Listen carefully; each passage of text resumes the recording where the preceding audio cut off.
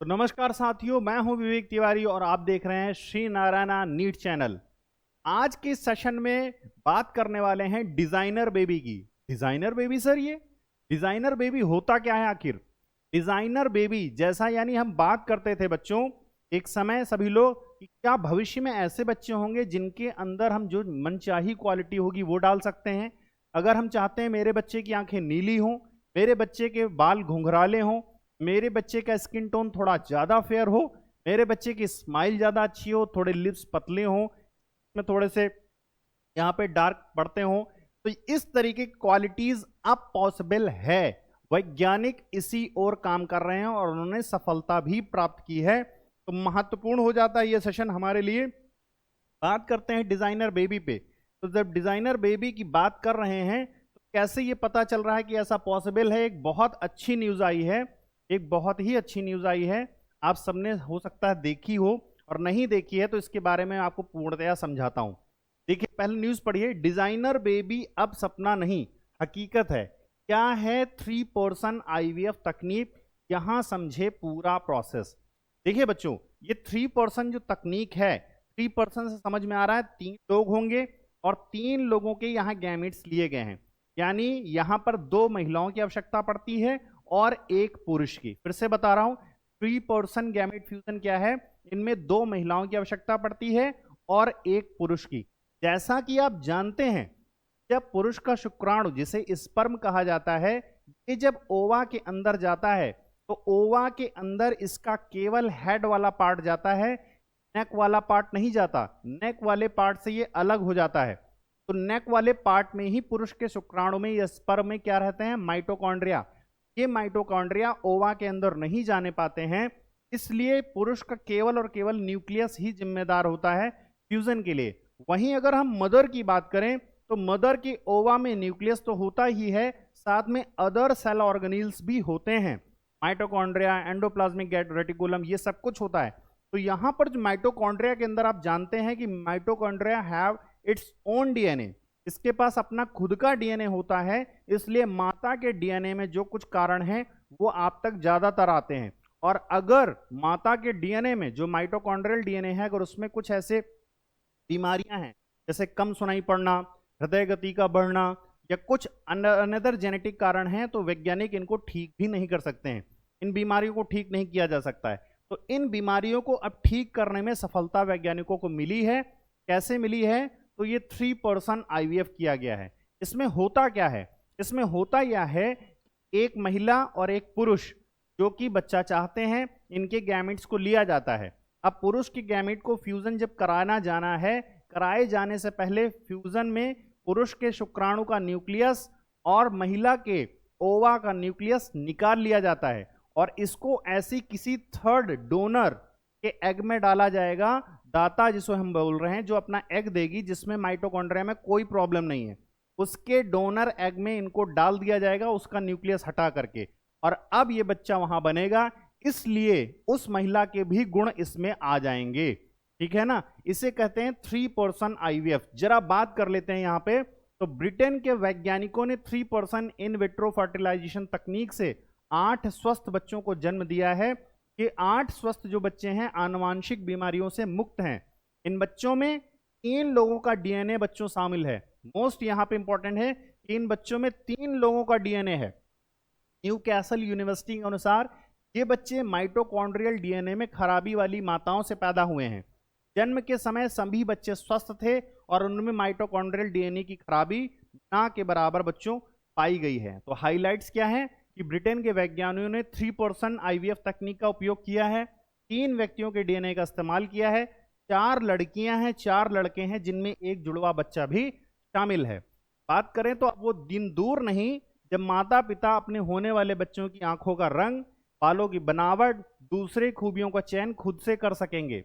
प्रकृति के नियमों में दखल की बहस से अलग मेडिकल साइंस ने डिजाइनर बेबी बनाने की दिशा में एक बड़ी सफलता प्राप्त की है।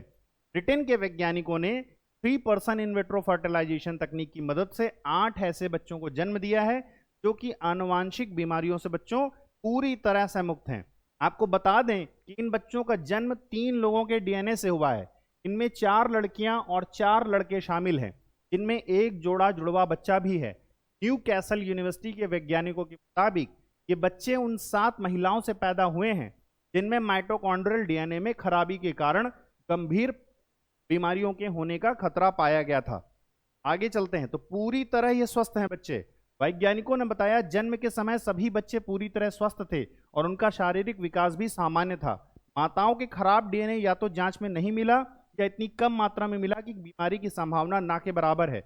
इन सभी बच्चों में जन्म के बाद ब्लड टेस्ट में माइटोकॉन्ड्रियल डीएनए की खराबी ना के बराबर बच्चों पाई गई है।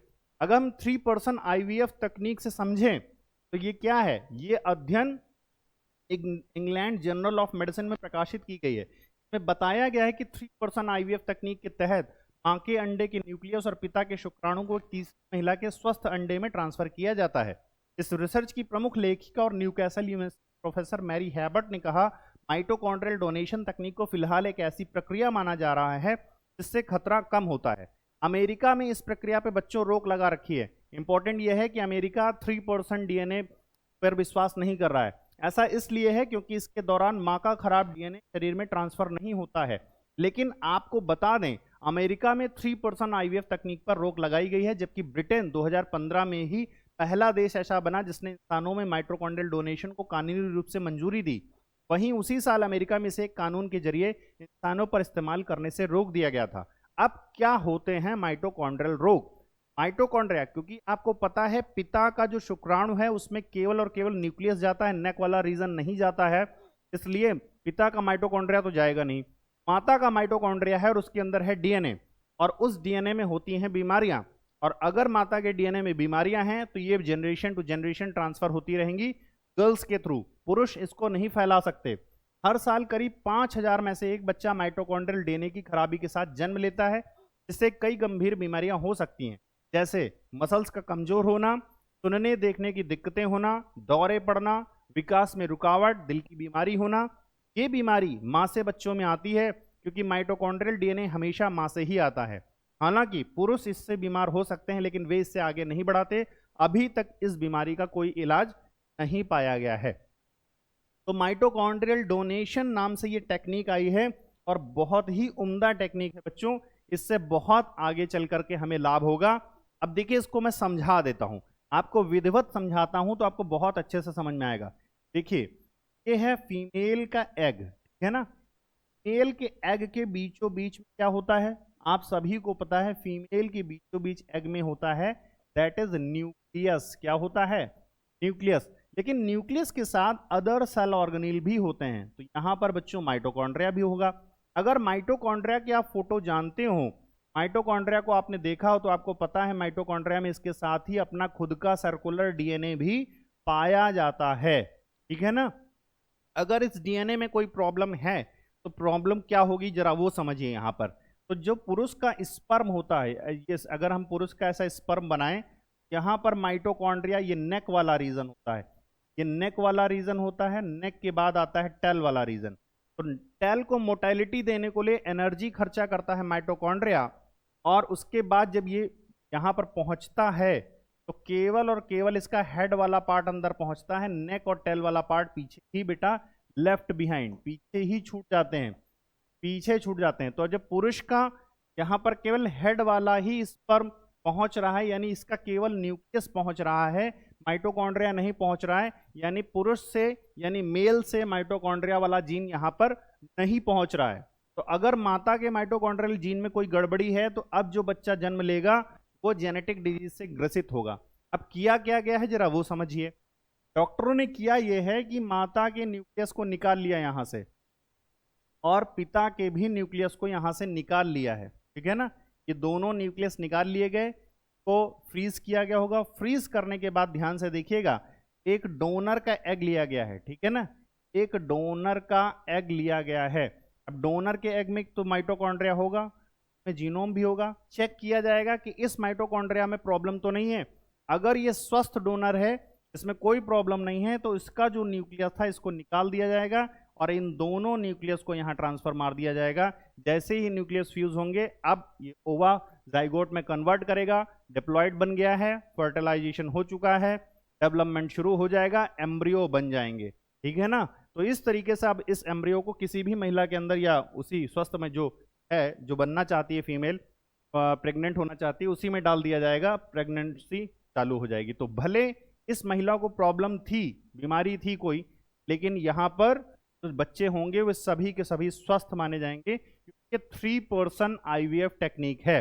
This is called 3 person IVF technique. हो सकता है आज आपके एनसीईआरटी सिलेबस में नहीं है, लेकिन 5 साल बाद, 7 साल बाद 3 पर्सन आईवीएफ टेक्निक भी आपको पढ़ने को मिले, जिससे कि आप ज्यादा समझ पाएंगे कि हाँ ये भी कुछ ऐसा हो सकता है। तो आई होप सो आपको ये सेशन अच्छा लगा होगा बच्चों। अगर अच्छा लगा है तो चैनल को शेयर करिए, जानकारियों को शेयर करिए, अपने दोस्तों में आगे इसको बढ़ाइए। मिलते हैं हम लोग नेक्स्ट सेशन में।